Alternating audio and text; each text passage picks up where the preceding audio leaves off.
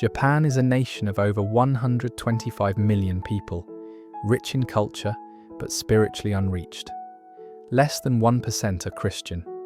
Hikikomori, reclusive shut-ins who withdraw from society, now outnumber believers. They are a hidden nation within a nation, cut off from church, family and hope. But they're still listening, through games, through stories, through screens. Japan's hikikomori crisis is entering a deadly new stage. Over 1.5 million adults live in isolation, with around 50% in their 40s and 50s, 25% in their 30s, 15% in their 20s, and 10% in their teens. Their only source of support? Elderly parents now in their 80s. This is known as the 80-50 problem.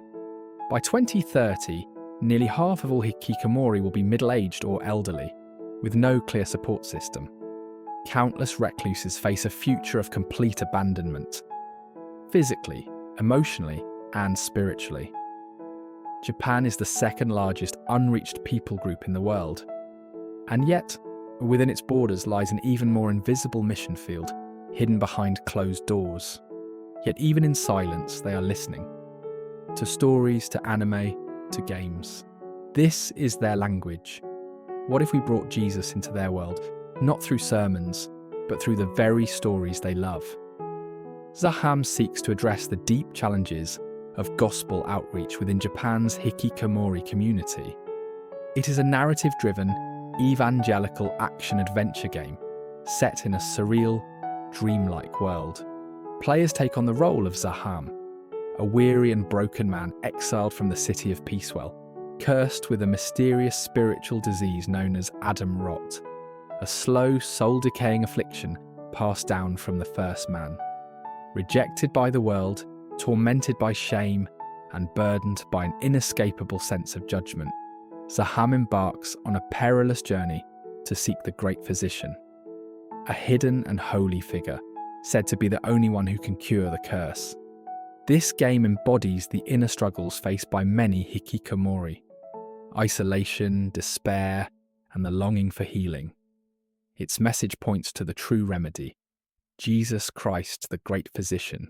Zaham is built on three core design pillars, inspired by 2 Timothy 3:16, which says, "All scripture is God-breathed and is useful for teaching, rebuking, correcting, and training in righteousness." These pillars shape the gameplay and spiritual depth of the experience. The first is Refute, represented through the combat system, where Zaham engages in spiritual battles that reflect the fight against sin, falsehood, and inner torment. The second is Teach, expressed through dialogue with other characters, conversations that explore theology, brokenness, and truth. The third is Training in Righteousness, represented through exploration, where players uncover scripture, parables, and moments of revelation that guide Zaham and the player towards spiritual growth. My name is Gavin Wimalachandran. I currently work as a ward clerk at Toronto General Hospital. In 2020, I developed and published Joey the Bible Explorer, a Bible-themed game for children, now available on the iOS App Store.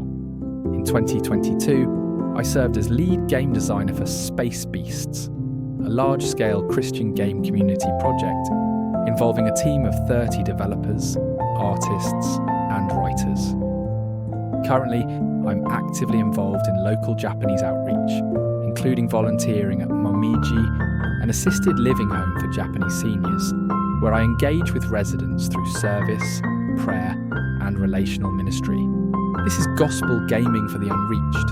Zaham speaks to the broken, the ashamed, the forgotten. Through story, art, and scripture, players will encounter the hope of Jesus Christ, in a game world where healing begins with faith. Because faith comes by hearing, and hearing through the word of Christ. Romans 10:17. Zaham isn't just a game, it's a mission. It's a call to reach those who feel unseen, unheard, and unworthy. And we believe Jesus can meet them right where they are. If this speaks to you, if this stirs your heart, then let's talk about it. We're not just building a game, we're building a bridge. and we want you to help us carry the gospel across it. Thank you.